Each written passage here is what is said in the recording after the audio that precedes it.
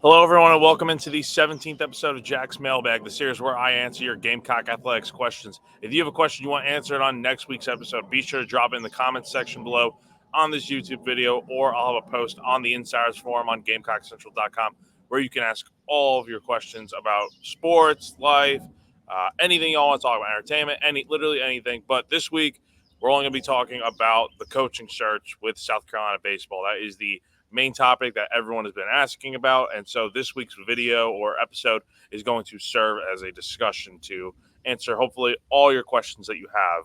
Without further ado, let's get into our first question from Fleet50, who asks, now that Kingston has been fired, is there any coaches out there who may not be well known that would be a good fit for us? So I have a story coming out later. I'm recording this Wednesday morning going into the afternoon. And I have a story coming out sometime this afternoon on Wednesday, kind of breaking down more of the candidates that should be considered for this job, but also giving my own opinion kind of on who I would potentially look at hiring in terms of like the totem pole and all that. But one name that I think has not been talked about enough that definitely should get talked about more would be Josh Elander from Tennessee. He's the associate head coach and recruiting coordinator there. And look, while he doesn't have head coaching experience, he's been under Tony Vitello for years now. I mean, even predating his time at Tennessee. They've been together at Arkansas and TCU. So I think having that experience of being under a guy that's won at Tennessee it really speaks well. And he's also working with the hitters and catchers and stuff, and he also serves as the recruiting coordinator. So Tennessee's offense is obviously very good this year. They're the best team in the country right now for a reason. And I think that kind of offensive approach that Elander brings to the table would definitely serve well at South Carolina, considering the offense was, let's put it quite frankly, just inconsistent this year. And that's how the entire Mark Kingston tenure was. But I think bringing a guy like Elander would definitely be a welcome one. A surprise to be sure, but a welcome one.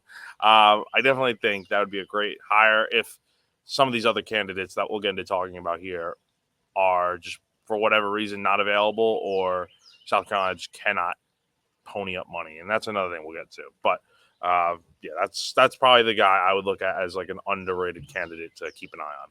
Next question comes from Washington Cock, who asks, Jack, who would be in your top three choices as our new baseball coach? And out of these three, who would be your number one? So you will definitely see that in the story I publish later. But for right now, just breaking it down real quick, my top three would be number one, Tom Walter from Wake Forest.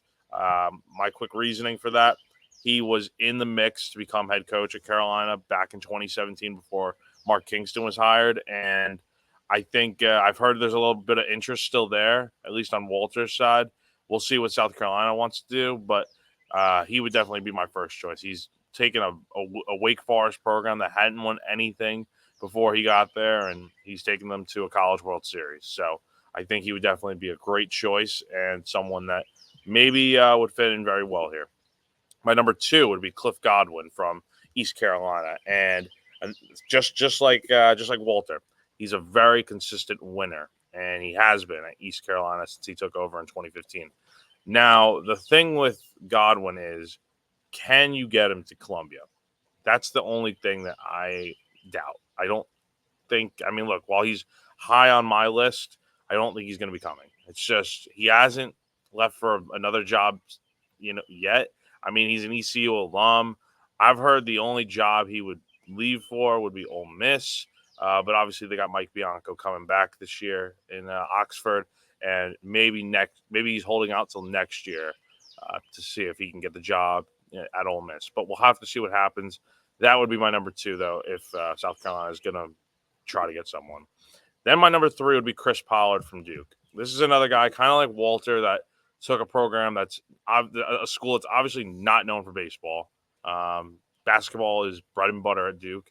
And I think, when he took over in 2013, they hadn't made the postseason since 1961. And that's, just to be clear, we're talking about the field of 64 in the NCAA tournament. Not winning a regional, not winning a super regional. We're talking about just making the playoffs. And by year three, or I should say year four, Pollard was able to do that. And since then, he's really built Duke into a good program. I mean, they won the ACC conference championship this year in the tournament there, and got the Blue Devils back to the postseason again. And obviously, while they didn't come out of the regional, I think they had a good year, and I think maybe this is the time to go out and hire someone like that, someone that's proven he can take a program that's nothing and turn them into something. But that's kind of what I'm looking for. I'd like to see someone that has a good track record, and there's other guys out there that are on my list that I would hire. There are 5 candidates out there that I would go about hiring, but we'll have to see what happens. Those are just my top 3, and like I said, Walter would be my number 1. Next question comes from Kitchen Labs, who says, why isn't Skylar Meade getting more airplay on this site? So, obviously, Skylar Meade is another potential option as a head coach candidate for the Gamecocks. One that I don't feel like is talked about nearly as much as the others. And, he spent 4 years, I believe, as a pitching coach for South Carolina during the Mark Kingston years. And look, I mean, I think he's just happier at Troy. And I think maybe he wants a different opportunity that doesn't mean coming to Columbia. I think that's kind of where we're at. I'm not sure. I mean, look, I didn't cover all of the Meade years when he was at Carolina. I didn't really get a chance to know him well. But from what I've heard, it just seems like maybe somewhere besides Columbia would be the option for him. But again, he's doing good things at Troy, and he's definitely proven that he could be a good head coach. It is a big jump, though, going from the school he's at Troy to Carolina. But I don't know. Maybe he also needs more time, I think. I mean, he's only been there for 3 years. I mean, it's not a long time. And look, I mean, there are other coaches out there that have proven they can win year in, year out for more than a decade. So, but we'll have to see.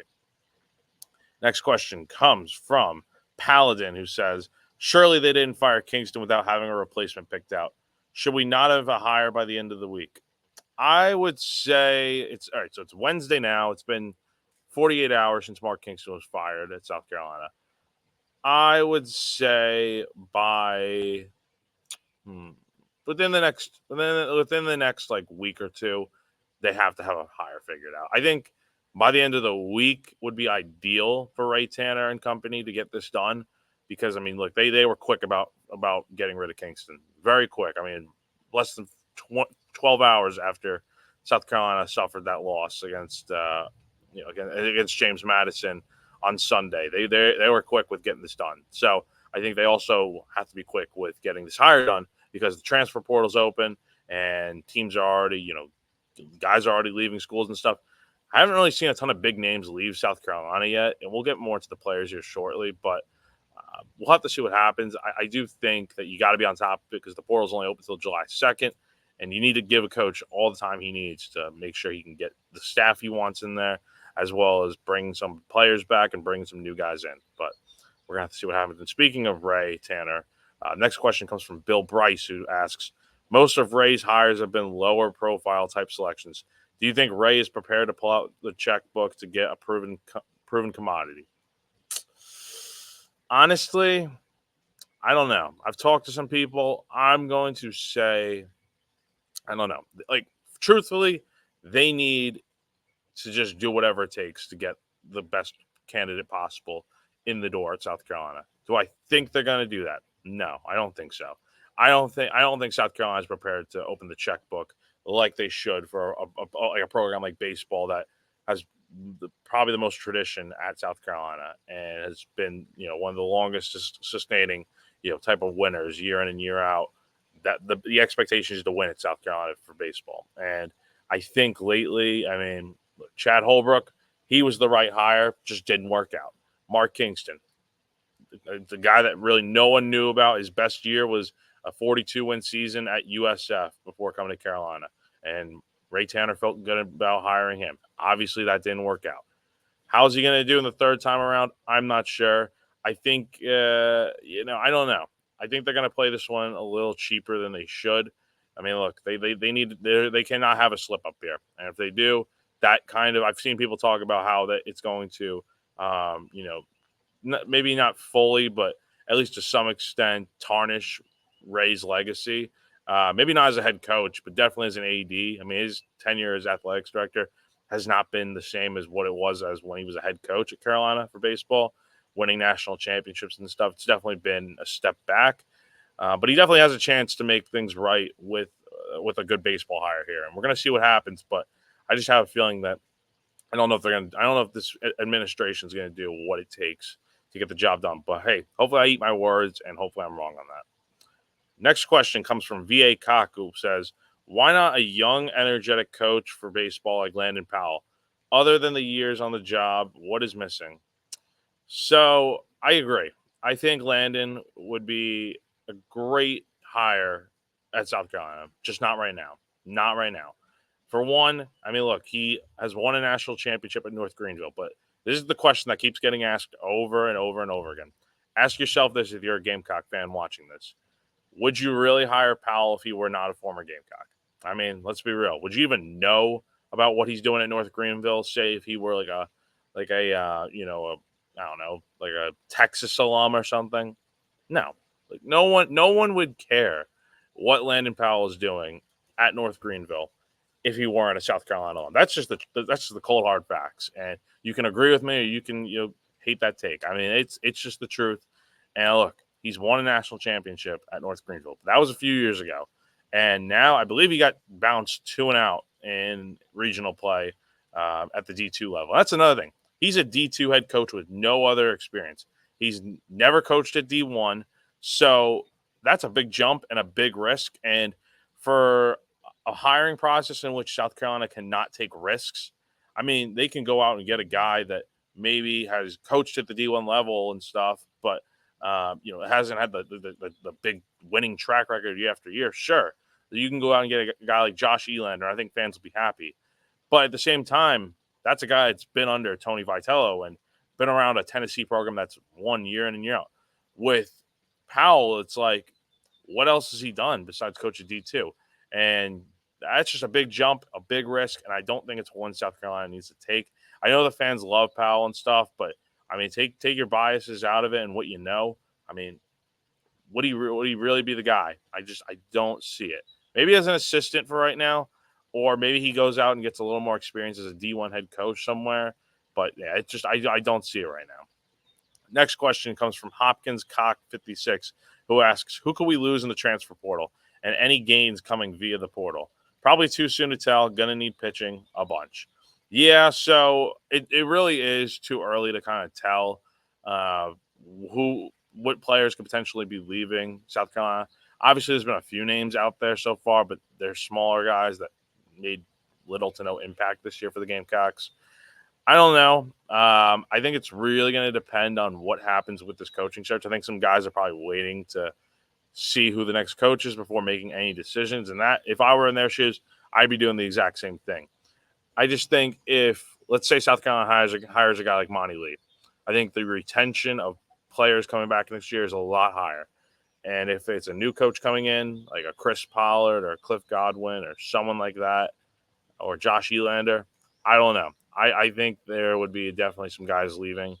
And it's up to the new coach to kind of figure out, okay, hey, do I want to bring back Ethan Petrie's of the world? Maybe a Cole Messina, even though I think Cole Messina is going down the MLB draft route. Do I want to bring back guys? What do I have to do to bring guys like that back? Or do I just go out into the portal, maybe bring some of my guys from different schools like ECU and Wake and Duke and stuff like that? Or do I just go get new blood? That's kind of what you have to look at. And look, South Carolina was just not good enough this year. So at the end of the day, like losing some guys in the portal, it's not the end of the world. However, I do think there's specific guys that you could go out and keep. I think that's the big thing. But we're going to have to see what happens. I just think there's definitely going to be some sort of turnover if a new coach comes in. Next question comes from Steve Type, who says, "I can be patient for only so long. When do we expect to hear something solid about a new baseball coach?" And this kind of goes back to the question that was asked earlier. I would say within the next week or so, I think would be probably ideal. They got to have an answer here soon. But I definitely think within like the next 5 to 7 days, if there's not an answer by this time next week, I would start being concerned. That's just what I would be looking at here, and that leads me to believe that some guys have said no, and that this administration is going to go down the rabbit hole of okay, we're out of candidates. Let's go hire Monty Lee or Landon Powell. But we'll have to see. Well, and our final question comes from Rhett, who asks, based on today's roster, what's the starting everyday players for opening day 2025? Same assumptions. Who are the Friday, Saturday, Sunday starters for week one based on current roster? And look, I appreciate the question, but it's a question that I can't really give a specific answer to because the roster is going to probably look completely different next year. And whatever answer I give now probably is not even close to the right one. Let's just go down the list, though, and kind of look at who could potentially start where if everything were to stay the same, which it's not going to.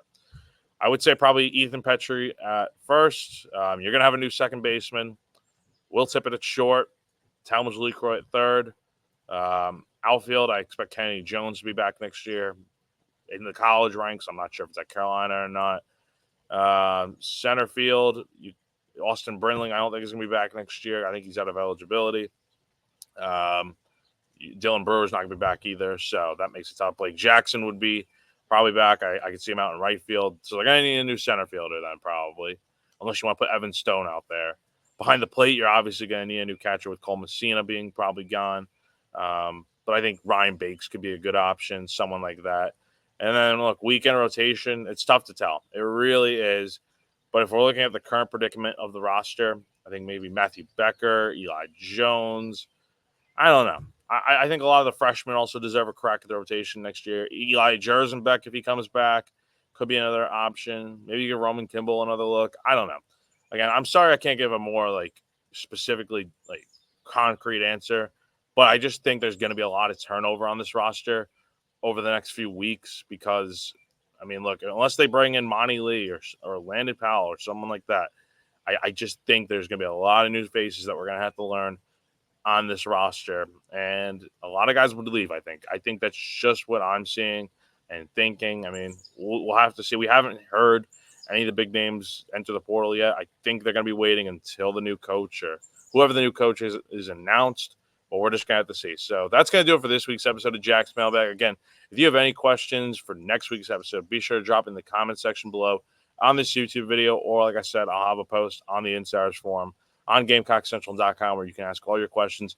Should be a busy rest of the week with figuring out who the next coach is going to be. Hopefully it's sooner rather than later for South Carolina's sake, so that way they can get going on the portal and hiring a staff and stuff. Because, I mean, there's going to be change. That's just clear as day. And I think the right decision would be to hire Tom Walter, Cliff Godwin, or Chris Pollard, or even someone like that. That's just kind of – you need new blood in here. Is what I'm trying to get at. But we're going to see what happens. Be sure to stay logged into GamecockCentral.com as this whole hiring process unfolds. That's going to do it for now. For GamecockCentral.com, I'm Jack Veltri. Have a wonderful rest of your day, guys.